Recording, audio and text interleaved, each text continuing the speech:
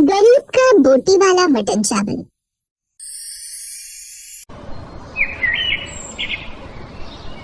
मुंबई शहर के एक छोटे से होटल में एक लड़का काम करता था जिसका नाम था रोहित। रोहित रोज सुबह 6 बजे उठकर होटल पहुंच जाता और देर रात तक कढ़ाई के सामने खड़ा रहता। दरअसल वो होटल में मटन और चावल बनाने का काम करता था।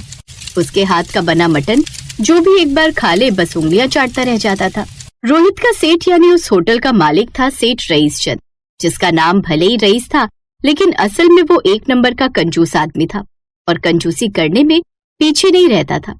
रोहित कभी 5 मिनट भी लेट हो जाए तो उसके पैसे काट लेता था और अगर मटन में बोटी ज्यादा डालकर ग्राहकों को परोसता तो भी अपने मालिक से 10 बातें सुनता।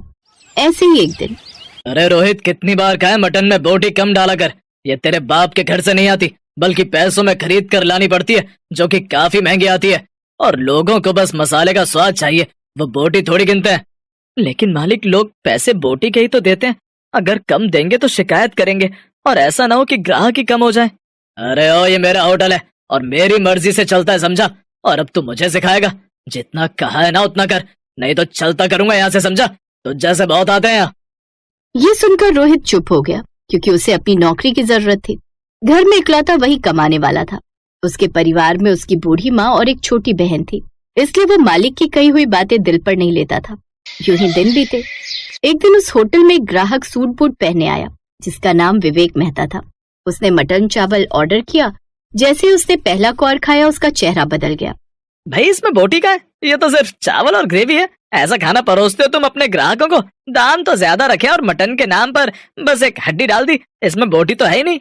अब पूरा होटल उसकी तरफ देखने लगा। तभी सेठ रईस चंद भी भागता हुआ वहां आया और नाटक करते हुए कहने लगा, अरे साहब, माफ कीजिए, मैं तो इसे पूरा पैसा देता हूँ अच्छा बोटी वाला मटन लाने के लिए, लेकिन ये लड़का रोहित अपनी जेब भरने के लिए बोटी निकाल देता होगा। अब आप तो जानते ही हैं ये छोटे लोग कैसे होते हैं, इन्हें तो बस लालच ही नजर आता और कुछ नहीं। ये सुनकर रोहित हैरान रह गया। मालिक, ये आप क्या कह रहे हैं? आपने तो चुप रहे, बहस मत कर। ग्राहक के सामने मेरी बेइज्जती करवा दी, नालायक कहीं का। अब खड़ा खड़ा मेरी शक्ल क्या देख रहा है? जाकर साहब के लिए बोटी लेकर आ। नहीं, अब उसकी जरूरत नहीं, मुझे नहीं खाना यहाँ खाना। अब वो ग्राहक गुस्से में वहाँ से चला गया और रोहित वहीं खड़ा रहा, आंखों में आंसू लिए। ग्राहक के जाने के बाद रोहित ने नम आंखों से अपने मालिक से पूछा, मालिक, आपने झूठ क्यों बोला? गलती मेरी नहीं थी। मैंने तो कितनी बार आपको मटन में बोटी डालने को कहा था, लेकिन फिर भी आपने मेरी बात नहीं सुनी। तो क्या मैं खुद को बदनाम करूं? तू ही तो नौकर है, तो ये सब तो झेलना पड़ेगा। और सुन, अगर ज्यादा बोलना है तो निकल जा यहाँ से, समझा? नहीं तो अपनी जबान पर लगाम लगा और जाकर काम कर। बड़ा है मुझे आग दिखाने वाला। नौकर है, नौकर की तरह रह, समझा? मालिक, अगर सच्चाई बोलना गुनाह है तो मैं ये गुनाह बार बार करूंगा। ठीक है, तो अपनी सच्चाई लेकर कोर्ट में जाकर वकालत कर। मेरे होटल में तेरा काम नहीं है, अब निकल जा यहाँ से, नहीं तो इतने जूते मारकर भेजूंगा कि ताउम्र याद रखेगा। रोहित ने धीरे से अपना एप्रन उतारा और बिना कुछ कहे होटल से बाहर निकल गया। उसकी आंखों में आंसू थे, साथ ही नौकरी जाने का दुख। वो रास्ते में चलता हुआ सोचता रहा, अब मेरा घर कैसे चलेगा? माँ की दवाइयाँ और बहन की शादी के लिए पैसे कहाँ से जोड़ पाऊंगा मैं? रोहित उदास होकर सड़क किनारे बैठ गया। तभी उसका दोस्त अमित वहाँ आया। अरे रोहित, क्या हुआ? इतना उदास क्यों बैठा है? रोहित ने उसे सारी बात बता दी। तो अब क्या करेगा? पता नहीं यार, नौकरी भी चली गई, पता नहीं अब क्या करूंगा। अरे तू परेशान क्यों होता है? तेरे पास तो इतना अच्छा हुनर है, तू तो इतना अच्छा खाना बनाना जानता है, फिर तू क्यों इतना परेशान हो रहा है? और जब तू इतना अच्छा खाना बनाता है तो दूसरों के लिए क्यों काम करेगा? मैं क्या कहता हूँ, चल हम दोनों मिलकर अपना काम शुरू करते हैं। सच कहूँ तो मैं भी दूसरों की नौकरी कर करके थक चुका हूँ। अपना काम, लेकिन उसके लिए पैसे। अरे मेरे पास हैं थोड़े पैसे, थोड़े तेरे पास होंगे, दोनों के मिलाकर कुछ तो हो ही जाएंगे। बोल, क्या बोलता है? देख रोहित, कुछ भी ऊपर वाले की मर्जी के बिना नहीं होता। हो सकता है ये उसी का कोई इशारा हो। शायद तू ठीक ही कहता है, ये उसी का इशारा होगा। अमित की बातें सुनकर रोहित की आंखों में फिर से उम्मीद की चमक आ गई। अब दोनों दोस्तों ने ठान लिया कि वो भी बोटी मटन चावल के साथ बनाकर ग्राहकों को बेचेंगे और पैसे कमाएंगे। अब कुछ पैसे रोहित ने और कुछ अमित ने मिलाए और एक ठेले का इंतजाम किया, साथ ही जरूरत का सामान खरीद लिया। फिर खड़े मसाले कूट कर रोहित ने बढ़िया मटन तैयार कर लिया, साथ ही उसने उसमें खूब सारी बोटी भी रखी ताकि ग्राहक जो पैसे दे उसका सही मोल उन्हें मिल सके। फिर दोनों ने मिलकर एक छोटा सा ठेला लगाया जिसका नाम उन्होंने रखा गरीब का बोटी मटन चावल। वो दोनों ठेला लेकर बाजार में चौराहे के पास खड़े हो गए। पहले 2 दिन तक तो उनके यहाँ कोई नहीं आया, सुबह से शाम हो गई अमित, अभी तक एक भी ग्राहक नहीं आया। अरे तू सब्र रख यार, नया नया काम शुरू किया है, मार्केट में पैर जमाने में समय तो लगता है ना। शायद तू ठीक कहता है। लेकिन देर शाम तक भी वो ठेला लेकर खड़े रहे, तब भी उनके पास एक भी ग्राहक नहीं आया। दोनों उदास होकर घर आ गए और अब यही हाल अगले दिन भी रहा। दूसरे दिन भी दोनों दोस्त सुबह से शाम तक अपना ठेला लेकर खड़े रहे, लेकिन तब भी उनके पास कोई ग्राहक नहीं आया। आज भी कोई ग्राहक नहीं आया, ऊपर से सारा मटन भी खराब हो गया। शायद हमसे नहीं होगा ये। मुझे लगता है हमने बेकार ही ये काम शुरू किया। जो थोड़े बहुत पैसे जमा किए थे वो भी इस काम पर लगा दिए। अब आगे न जाने क्या होगा। मुझे तो लगता है अब हमें ये काम बंद। अरे नहीं, ये तो क्या बोल रहा है रोहित, हमने हार मानने के लिए काम शुरू नहीं किया था। अरे अभी तो 2 ही दिन हुए। अब मोदी जी भी तो पहले दिन ही राजनीति में आकर पीएम थोड़ी ना बन गए थे। उन्होंने भी मेहनत की और हार नहीं मानी, तभी तो आज इस पोजीशन पर है। हम दोनों भी मेहनत करेंगे, हार नहीं मानेंगे और कल फिर से कोशिश करेंगे।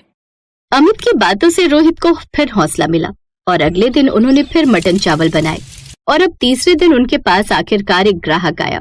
भाई बहुत जोरों की भूख लगी और मटन खाने का बड़ा मन कर रहा है, ला जल्दी से एक प्लेट लगा दे। वैसे दाम क्या है?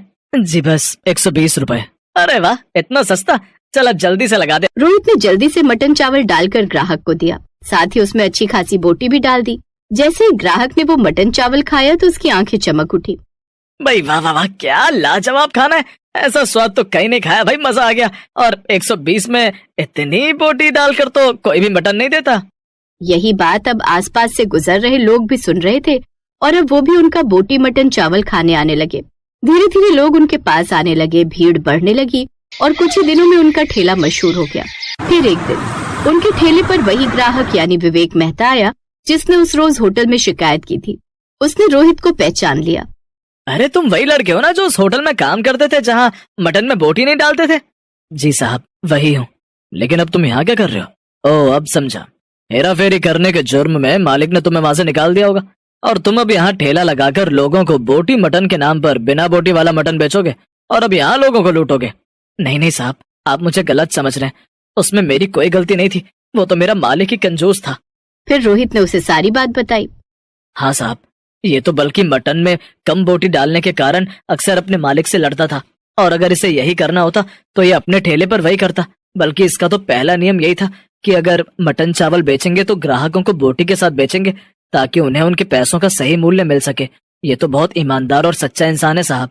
रोहित, तुम में हुनर भी है और ईमानदारी भी, ऐसे लोग बहुत कम होते हैं। मैं तुम्हारी मदद करना चाहता हूँ। मैं तुम्हें एक बड़ा होटल खोल कर दूंगा, तुम दोनों मिलकर उसे चलाना, उसमें बढ़िया सा बोटी मटन बनाकर बेचना। मेरे पास पैसों की कमी नहीं है, मैं एक बहुत बड़ा बिजनेसमैन हूँ और मैं भी तुम्हारी तरह ईमानदारी पर चलकर ही ये मुकाम हासिल कर चुका हूँ। उस होटल को तुम मेरी तरफ से अपनी ईमानदारी का तोहफा समझ लेना।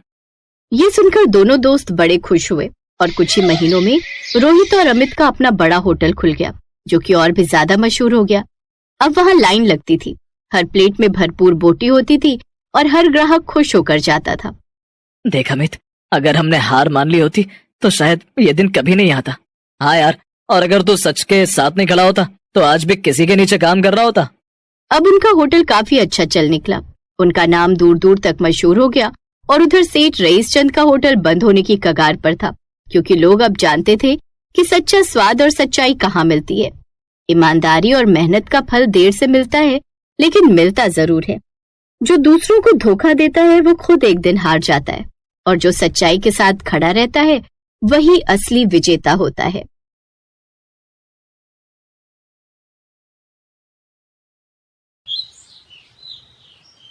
मधुकर बहुत ही समझदार और मेहनती था, लेकिन किस्मत की मार थी कि वो बहुत ही गरीब था। वो गांव में मटन बेचकर अपने परिवार का गुजारा चलाया करता था। आओ आओ मटन खाओ, गांव का देसी मटन खाओ, एक बार खाओगे बार बार आओगे, मधुकर का मटन और कहीं नहीं पाओगे। कि तभी उसके पास ग्राहक आने शुरू हो जाते हैं और उसकी मटन की खुशबू से कहते हैं, बहुत ही बढ़िया मटन बनाया तुमने मधुकर भाई, स्वाद तो बहुत ही लाजवाब आ रहा है इसका। आज मैंने गरम मसालों को हाथों से पीस कर डाला है, इसीलिए इसका स्वाद और भी निखर कर आया है। तो आप बताइए भाई साहब, चावल के साथ लगा दूं या रोटी के साथ? एक काम करो भाई मधुकर, तुम मुझे 4 रोटी के साथ मटन बांध कर दे दो, आज अपने घर जाकर आराम से खाऊंगा। वैसे भी बीवी मायके गई हुई है। मधुकर अब उस ग्राहक को मटन बांध कर दे देता है और इसी तरह सुबह से शाम तक उसकी 5 से 7 प्लेट मटन की बिक जाती है। फिर वो घर आ जाता है। तभी उसकी पत्नी प्रेरणा उससे कहती है, अजी आज तो आप जल्दी ही घर आ गए, आपका मटन जल्दी बिक गया क्या? आज हमारा बेटा विमल शहर से वापस आ रहा है अपनी पढ़ाई पूरी करके, इसीलिए मैंने सोचा समय से घर आ जाता हूँ ताकि अपने बेटे को घर के अंदर आते हुए देख सकूं। उसे देखकर ही तो मुझे सुकून मिलता है। आखिर आज हमारी सालों की मेहनत रंग लाई और हमारे बेटे की पढ़ाई पूरी हो गई। अब वो हमारे बुढ़ापे का सहारा बनेगा और हमारा अच्छे से ख्याल रखेगा। वो दोनों ऐसी ही बातें कर रहे थे कि तभी विमल घर के अंदर आता है और उसे देख और कहता है, शहर में तो मुझे सब कुछ मिलता था मम्मी पापा, लेकिन बस आप लोगों का प्यार नहीं मिल पाता था। अब मैं आप लोगों को लेकर शहर जाऊंगा और फिर हम लोग साथ में रहेंगे। वहाँ पर मुझे एक बहुत बड़े रेस्टोरेंट में मैनेजर की नौकरी भी मिल गई है। ये बात सुनकर मधुकर निराश हो जाता है, क्योंकि उसकी जड़ें जमीन और उस गांव से जुड़ी हुई थी। अब उसकी पत्नी प्रेरणा भी उसके चेहरे के भाव देखकर सब कुछ समझ जाती है और बाप बेटे की इस बातचीत को बीच में थामते हुए कहती है, वो सब चीज हम बाद में बात कर लेंगे। सबसे पहले अभी तो तू आया है यहाँ, कुछ दिन यहीं रहेगा। चल अब तू हाथ मुंह धो ले, मैंने तेरी पसंद का सारा खाना बनाया है। मैं बहुत ज्यादा थक गया हूँ, मैं जल्दी से हाथ मुंह धोकर आता हूँ, उसके बाद हम पूरा परिवार साथ में बैठकर खाना खाएंगे। इसके बाद विमल हाथ मुंह धोकर आता है और पूरा परिवार साथ में बैठकर खाना खाता है। ऐसे ही विमल को शहर से गांव आए पूरा हफ्ता बीत चुका था और विमल ने कहा, बाबा मैं ये कह रहा था कि अब हम इस गांव के घर को बेच देते हैं या किराए पर दे देते हैं। अब आप लोग मेरे साथ जाकर शहर रहेंगे तो इस घर का क्या ही काम है। बेटा विमल, मैं तुमसे यही कहना चाहता था, इस गांव में मेरी जड़ें हैं, मैं इस गांव को छोड़कर कहीं नहीं जाऊंगा और मेरा मटन का व्यापार भी तो यहीं चलता है। पापा आपने अपनी जवानी से वो मटन का व्यापार किया है, गांव का देसी मटन अब बहुत बेच लिया आपने। अब आप आराम कीजिए और मैं आपका ध्यान रखूंगा। बेटा तू हमें अपने साथ रखना चाहता है, हमारे लिए इस सोच से बड़ी सोच कोई नहीं हो सकती, लेकिन हम शहर नहीं जा सकते। शहर हमें रास नहीं आएगा। अगर तू शहर जाकर हमें छोड़कर रहना चाहता है तो वो तेरी मर्जी, और मैं तो तेरे पिताजी को छोड़कर बिल्कुल भी नहीं जाऊंगी। विमल को ये बातें सुनकर बुरा लगता है, लेकिन वो अपने माता पिता से किसी भी तरह की कोई बहस नहीं करता। विमल को समझ नहीं आ रहा था कि आखिर गांव की हवा में ऐसा क्या है कि उसके माता पिता गांव को छोड़ना नहीं चाह रहे थे। एक दिन जब उसके पिता मधुकर ठेला लेकर गए हुए होते हैं तो विमल फिर अपनी माँ से कहता है, माँ, पिताजी के देसी मटन के ठेले में ऐसा क्या है कि पिताजी उस ठेले को छोड़ना नहीं चाहते और न ही इस गांव को? अगर ये सब चीज समझनी है तो तुझे खुद समझनी होगी बेटा। कुछ चीजें हम शब्दों में बयान नहीं कर सकते, और तेरे पिताजी का इस गांव और अपने देसी मटन के ठेले से प्यार कुछ ऐसा ही है। ठीक है, मैं बाहर थोड़ी देर टहलने के लिए जा रहा हूँ और पापा से भी मिलकर आऊंगा। अब अपना ध्यान रखना। अब विमल गांव में निकल जाता है। वैसे गांव जैसी शुद्ध हवा कहाँ ही मिलती है, शहर के अंदर तो सिर्फ पॉल्यूशन और भीड़ है। विमल ये बोलकर जैसे ही अपने पिता मधुकर के ठेले के पास जाता है तो वो देखता है कि वहाँ जरूरत से ज्यादा भीड़ लगी हुई थी। ये देखकर पहले तो विमल हैरान हो जाता है और पैसों का भी हिसाब करने लगता है। ये देखकर विमल खुश होते हुए गर्व से कहता है, मुझे नहीं पता था पिताजी कि आपका काम इतना अच्छा चलता है। यहाँ तो बहुत सारे ग्राहक हैं, शहर में भी किसी ठेले पर इतनी भीड़ नहीं होती। मुझे तो ये समझ में नहीं आ रहा कि आप मशहूर क्यों नहीं है। तुझे किसने कहा कि हम मशहूर नहीं हैं? तेरे पिता के यहाँ ठेला लगाने से पहले ग्राहक आकर लाइन लगा लेते हैं ताकि वो तेरे पिताजी का गांव का देसी मटन खा सके, और तू कह रहा है कि मैं मशहूर नहीं हूँ। जरूरी नहीं कि मेरा नाम अखबार और टीवी में नहीं आता तो फिर मेरा नाम ही नहीं है। माफ करना पिताजी, मेरे कहने का मतलब वो नहीं था। ऐसे विमल पैसों का हिसाब करता है और मधुकर के साथ सुबह से शाम तक ठेले पर काम करता है। पूरा दिन कैसे निकल जाता है उसे पता ही नहीं चलता। जहाँ वो एक तरफ ऑफिस में बैठा रहता था और कंप्यूटर में अपनी आंखें घुसाए रखता था, वहीं वो पूरे दिन कई तरह के ग्राहकों से मिलता है, बातचीत करता है और लोगों को जानता है। विमल बेटा, अब समझा तो, इस जगह पर मुझे एक अजीब सा सुकून मिलता है। यहाँ के लोगों से मुझे एक अपनापन महसूस होता है, और ये गांव का देसी मटन सिर्फ देसी मटन नहीं है, ये इन लोगों और मेरे बीच का रिश्ता है, और मैं ये रिश्ता कैसे तोड़ सकता हूँ? हाँ पिताजी, मैं समझ रहा हूँ, कोई बात नहीं, अब हम इससे बारे में बाद में बात करेंगे। ऐसे मधुकर और विमल पूरा दिन ठेले पर काम करते हैं, जिसके बाद रात को विमल को नींद नहीं आती। अगले दिन वो सुबह जल्दी उठ जाता है तो चूल्हे पर मधुकर को गांव का देसी मटन पकाते हुए देखता है। उसे ये करते देखकर विमल ने कहा, पिताजी आप तो बिल्कुल देसी तरीके से मटन बनाते हैं, जैसे कोई शेफ मटन बना रहा हो। सच में आपके हाथों में तो बहुत हुनर है, लेकिन मैं जब से शहर से आया हूँ एक भी बार आपके हाथों का देसी मटन तो खाया ही नहीं। मेरे हाथों में हुनर इसलिए है क्योंकि तेरी स्वर्गीय दादी जी ने मुझे ये देसी मटन बनाना सिखाया था और वो इसे घर पर ही बनाती थी। और जब मेरा रोजगार गया और तबीयत खराब रहने लगी तो मैंने इसी को अपना काम बना लिया। फिर तो एक बार मुझे भी खाकर देखना चाहिए आपका ये गांव का देसी मटन। मुझे भी तो पता चले आखिर गांव के लोग इस मटन के पीछे इतना पागल क्यों हैं। बस इतनी सी बात, नेकी और पूछ पूछ। कहते हैं कि अच्छाई की शुरुआत घर से ही करनी चाहिए, तो सबसे पहले तू ही आज मेरा ये देसी मटन खाकर देख। जिसके बाद पूरा परिवार नाश्ते में गांव का देसी मटन चावल और रोटी के साथ खाता है। विमल ने जैसे गांव के देसी मटन का पहला निवाला अपने मुंह में डाला तो कहने लगा, पिताजी इसका स्वाद तो बहुत ही लाजवाब है, ऐसा स्वाद तो शहरों में भी नहीं मिलता।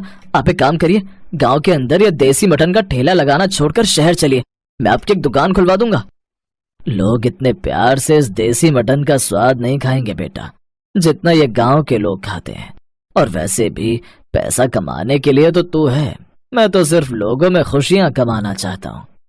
पिताजी आप बिल्कुल ठीक कह रहे हैं, मैं आपकी बात बहुत अच्छे से समझ रहा हूँ। चलिए कोई बात नहीं। ऐसे ही अब विमल के शहर जाने का समय आता है और वो शहर चला जाता है। पूरे घर में फिर से सूनापन छा जाता है। प्रेरणा पूरे घर में अकेले रहा करती और मधुकर अपना ठेला लगाने के लिए रोज चला जाया करता। लेकिन शाम के समय जैसे ही मधुकर घर आता है तो वो देखता है कि विमल घर में बैठा हुआ था और कहता है, पिताजी आपके गांव का थोड़ा सा देसी मटन बचा है या नहीं? मेरा तो आज मटन खाने का बड़ा मन कर रहा था और माँ से कहा था कि पिताजी देसी मटन लेकर आएंगे, हम वही खाएंगे। पहले तो मधुकर अपने बेटे को शहर से वापस आया हुआ देखकर हैरान होता है और उसके बाद विमल अपनी बात को पूरा बोलता है। मैंने सोचा पिताजी की जब मेरे पिताजी के हाथों में इतना अच्छा हुनर है और गांव में उनके देसी मटन की इतनी अच्छी मांग है तो मैं शहर में जाकर कंप्यूटर में आके क्यों गलाऊं। इसीलिए मैंने कुछ सेविंग शहर में की थी, मैं बस वही लेने गया था। अब हम गांव में एक छोटी सी दुकान डालेंगे ताकि आपको धूप बारिश में ठेले पर खड़े होकर गांव का देसी मटन न बेचना पड़े, और वहां पर हम दोनों बाप बेटे मिलकर गांव का देसी मटन बेचेंगे। ये बात सुनकर मधुकर बहुत ज्यादा खुश होता है। अब विमल अपने पास जमा किए हुए कुछ पैसों से मधुकर के गांव में एक छोटी सी दुकान खुलवा देता है जहां पर वो गांव का देसी मटन बेचा करते हैं।